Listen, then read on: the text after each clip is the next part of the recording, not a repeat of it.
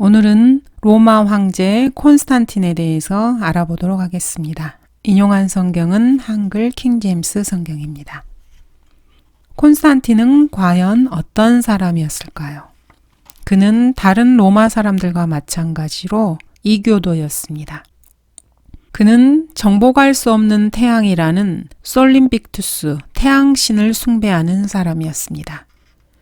여러분이 마귀의 입장이라면은 이 사람이 자신을 섬기도록 하는데 어떻게 하겠습니까? 아마도 그가 섬기는 태양신에게 헌신을 쏟게 하는 것이 가장 쉬운 방법이었을 겁니다. 마귀는 정확하게 그 일을 해냈습니다. AD 306년에 자신의 아버지 콘스탄틴 클롤러스가 죽자 아들 콘스탄틴은 자동적으로 혹은 공식적으로 황제가 되지 못했습니다. 그래서 AD 302년 콘스탄틴은 자신의 라이벌인 막센티우스, 전 황제 막시미안의 아들인 막센티우스와 황위 쟁탈전을 벌이게 됩니다. 이러한 과정에서 콘스탄틴은 밀비안 다리에서 자신이 섬기는 태양신에게 한 표적을 보여달라고 구하게 됩니다. 그때 그는 하늘에서 앙크형 십자가와 함께 엔 호크 시그노 빈센스, 이 표식으로 승리하라라는 글자를 보게 됩니다. 앙크형 십자가는 십자가 머릿부분에 고리로 동그랗게 된 십자가를 말합니다. 그래서 그는 사탄의 강력한 힘으로 승리의 확신을 얻게 되었습니다. 로마를 신비의 큰 바벨론으로 만들고자 하는 사탄의 계획이 서서히 그 모양새를 갖춰가고 있었습니다.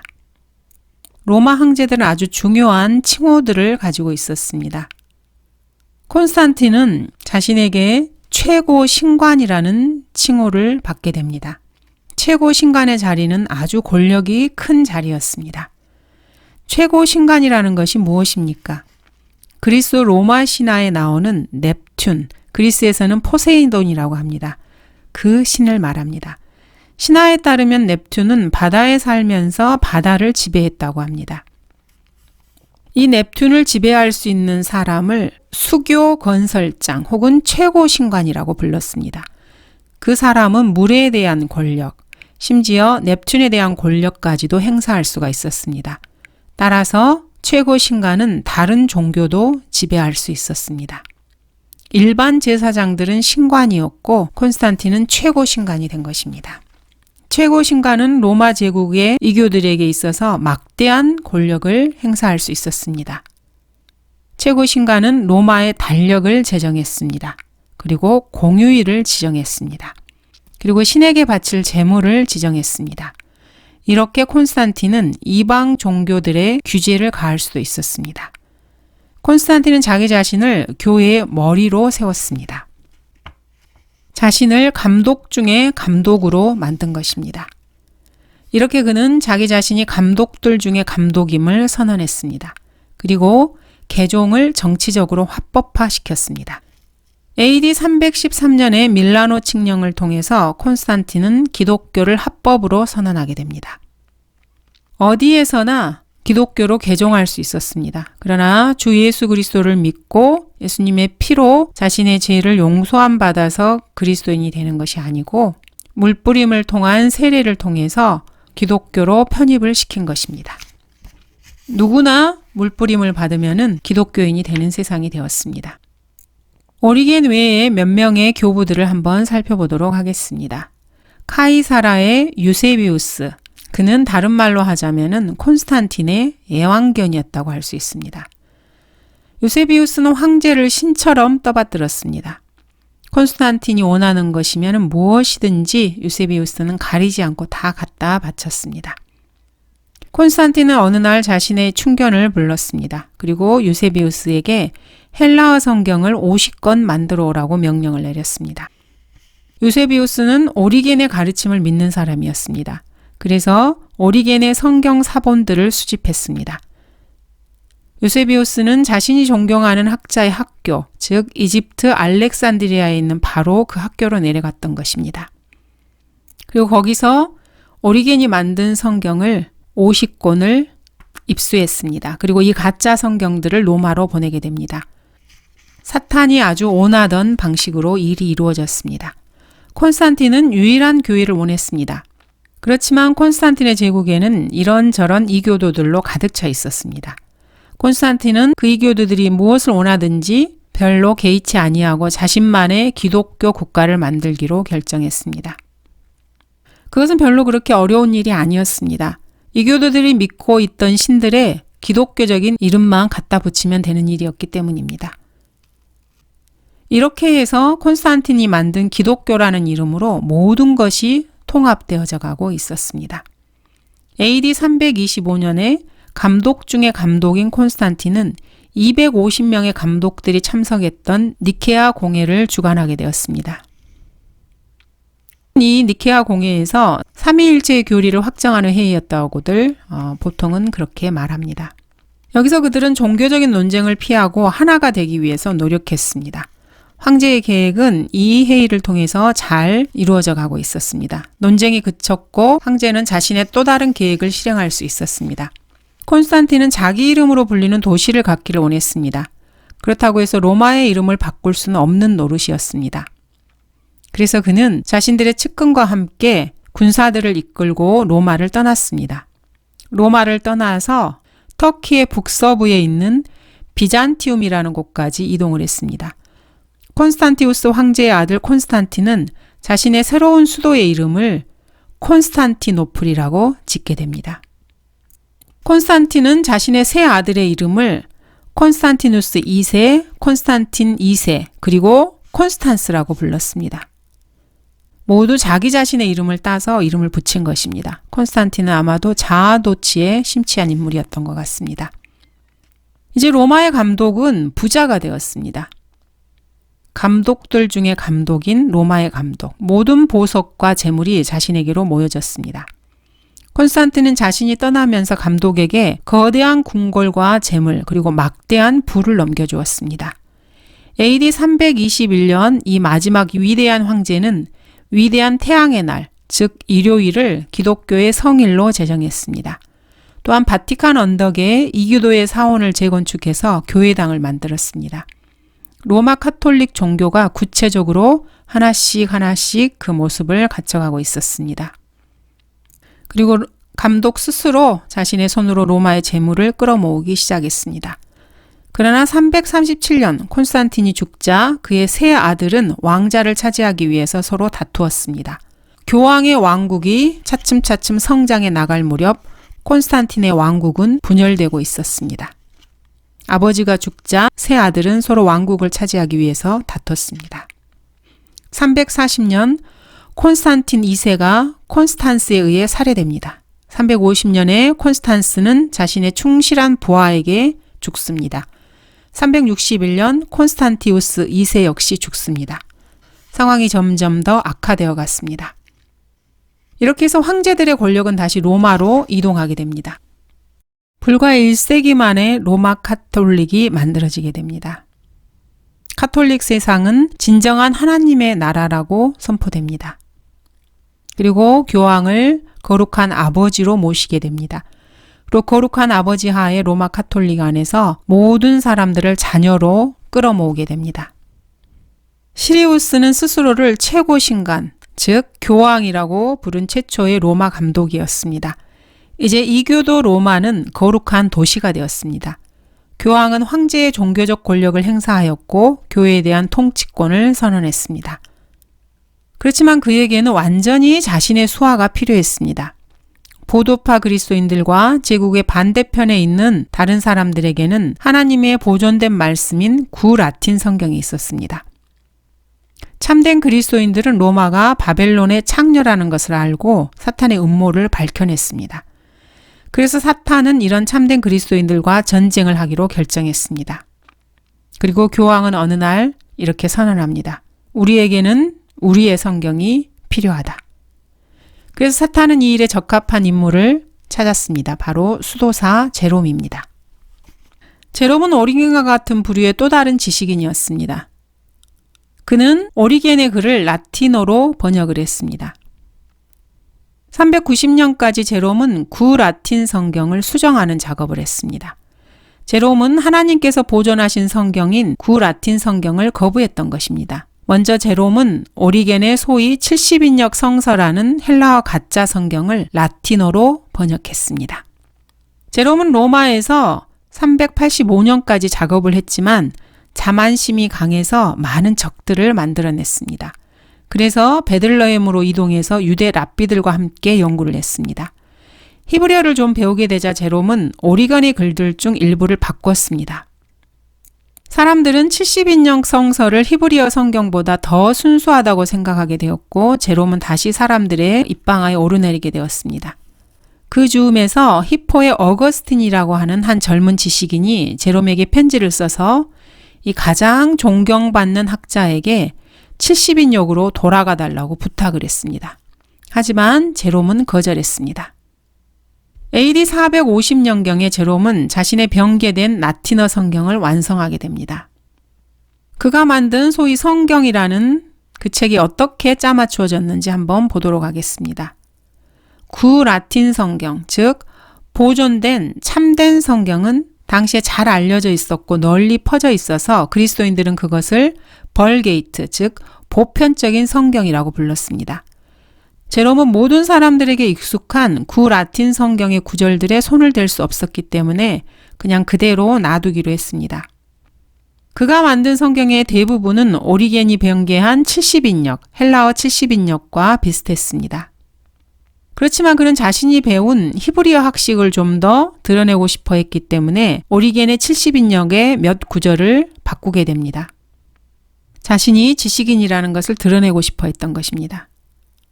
그리고 마지막 단계에서 아주 큰 해악을 끼치게 됩니다. 제롬의 성경이 바로 로마 카톨릭의 라틴 벌게이트라고 불리게 된 것입니다. 교황은 자신들의 새로운 벌게이트가 신실한 카톨릭 신자들과 함께 유행하기를 원했습니다.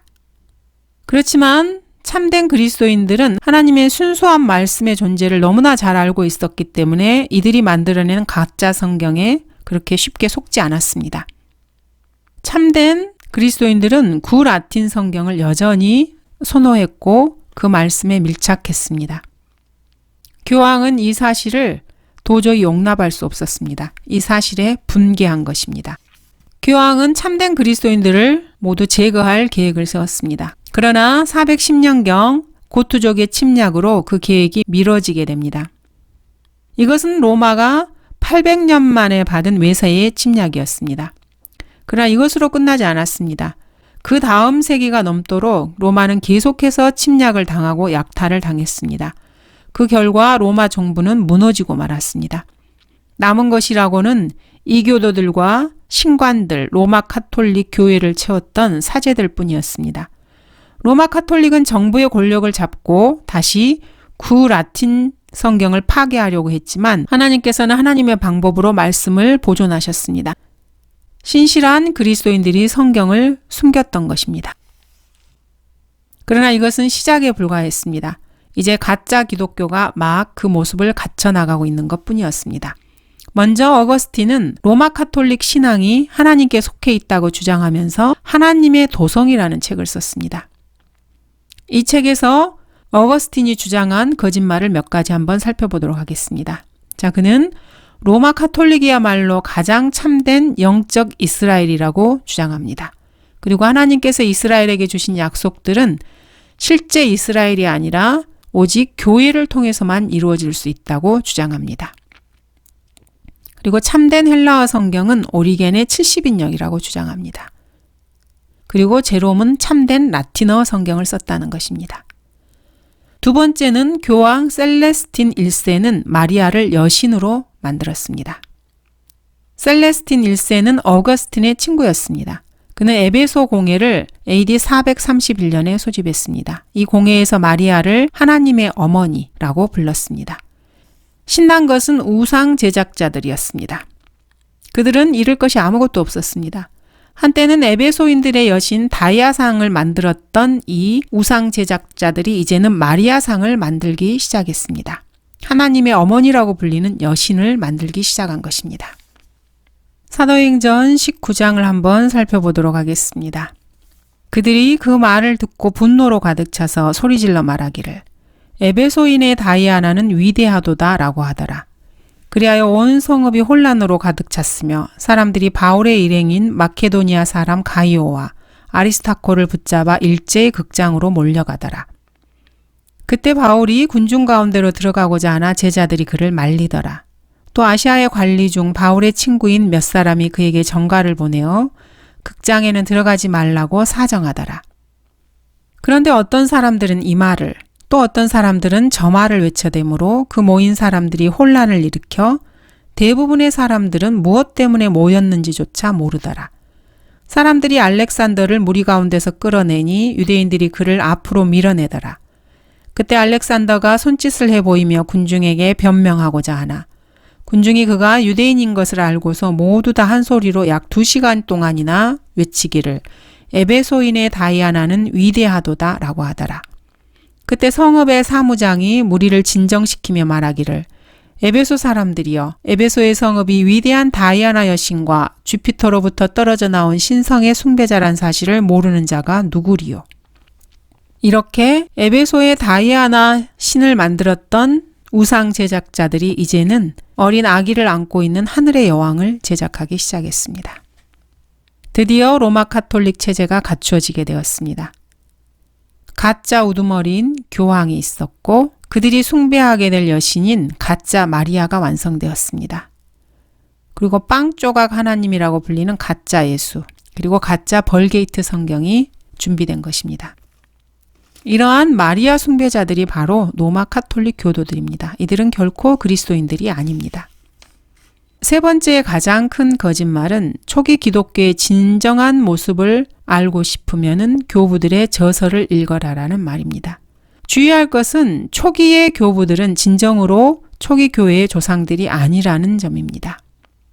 어거스틴, 소위 말하는 성자를 붙인 성 어거스틴, 성 제롬, 성 오리겐, 성 유세비우스, 성 이레네오스, 이러한 사람들은 로마 카톨릭의 조상들입니다. 결코 그리스도인들의 조상들이 아닙니다. 놀랄 일입니다. 여러분들이 로마 카톨릭 신자가 되길 원한다면 그 사람들이 쓴 책을 읽으면 됩니다. 참된 진정한 초기 교회의 조상들은 바로 마태, 마가, 누가, 요한, 야고보, 유다, 베드로, 바울 등입니다. 여러분들이 참된 그리스도인들이 되기를 원한다면 이들의 책을 읽으면 됩니다. 이것이야말로 역사상 가장 큰 사기극이었습니다. 사탄은 참으로 교활했습니다. 사탄의 사제들만이 제롬의 가짜 라틴 벌게이트 성경을 해석할 수 있게 한 것입니다. 이제 카톨릭 신자들은 단 한 명도 하나님의 말씀을 알 수 없게 되었습니다. 미신적이고 종교적으로 변질되어 갔습니다. 그 어디를 봐도 그리스도인의 모습은 없었습니다. 그들은 가짜 벌게이트에 속아 넘어간 것입니다. 그 결과 카톨릭 사제들은 이제 신도들을 자신들이 원하는 대로 마음대로 통제할 수 있게 되었습니다. 사제들이 작은 신들이 된 것입니다. 교황은 모든 사람들에게 마리아를 숭배하도록 했습니다. 성경은 로마 카톨릭에 대해서 이렇게 말하고 있습니다. 많은 물 위에 앉은 그 큰 창녀의 심판을 내게 보여주리라. 땅의 왕들도 그녀와 더불어 음행하였고 콘스탄틴부터 셀레스틴까지 진정한 그리스도인들은 산지로 이동했습니다. 보도파들은 지금까지도 알프스 저지대 깊숙한 곳에서 안전하게 자리 잡고 있습니다. 그렇지만 그 깊은 산중에까지 박해는 이어졌습니다. 교황은 최후의 통첩을 선언했습니다. 제롬의 벌게이트 성경을 받아들이지 않으면 죽음을 선포한 것입니다. 그리고 무자비한 학살이 시작되었습니다. 하나님의 말씀을 거부한 세상에서는 암흑으로 빠져들어갔습니다. 교황이 파견한 군대는 성경대로 믿는 그리스도인들을 학살하는데 전혀 주저하지 않았습니다. 그리고 이들을 마귀를 믿는 이단아라고 정죄하였습니다. 이런 병사들은 특히 사람들을 죽이고 재물을 탈취할 수 있게 되었습니다. 그래서 더욱더 열을 올려서 그리스도인들을 잡아 죽였습니다. 수백 년 동안 수백만 명이 학살당했습니다. 사람들을 데려다가 성경을 찾아서 불태우고 그들을 고문했습니다. 화형을 시키고 온갖 고문을 가했습니다. 로마 카톨릭 국가들에는 성경을 모르는 사람들이 대다수입니다. 심지어 사제들조차 하나님의 보존된 말씀인 구라틴 성경은 말할 것도 없고 가짜 성경마저도 못 읽는 사람이 허다했습니다. 그러나 보도파 그리스도인들 가운데서는 아직도 2사람씩 짝을 지어서 세상으로 하나님의 말씀을 전파하기 위해서 나가고 있었습니다. 이들은 하나님의 말씀을 암기했고 자신들의 마음속에 새겨두었습니다. 이렇게 세상으로 나간 참 그리스도인들은 하나님의 거룩한 말씀을 언제든지 전파할 준비가 되었습니다. 보도파 그리스도인들은 성경을 두터운 외투 속에 조심스럽게 감추고 다녔습니다. 많은 로마 카톨릭 신자들이 보도파 그리스도인들에 의해서 구원을 받았습니다. 이렇게 끔찍한 박해가 있은 후에도 이들의 믿음은 끝까지 이어졌습니다. 그들은 자신들의 믿음이 언젠가 보상받을 것이라는 것을 잘 알고 있었기 때문입니다. 로마 카톨릭이 지배했던 이런 암흑시대 동안에 이런 일들은 끊이지 않고 계속해서 지속되었습니다. 감사합니다.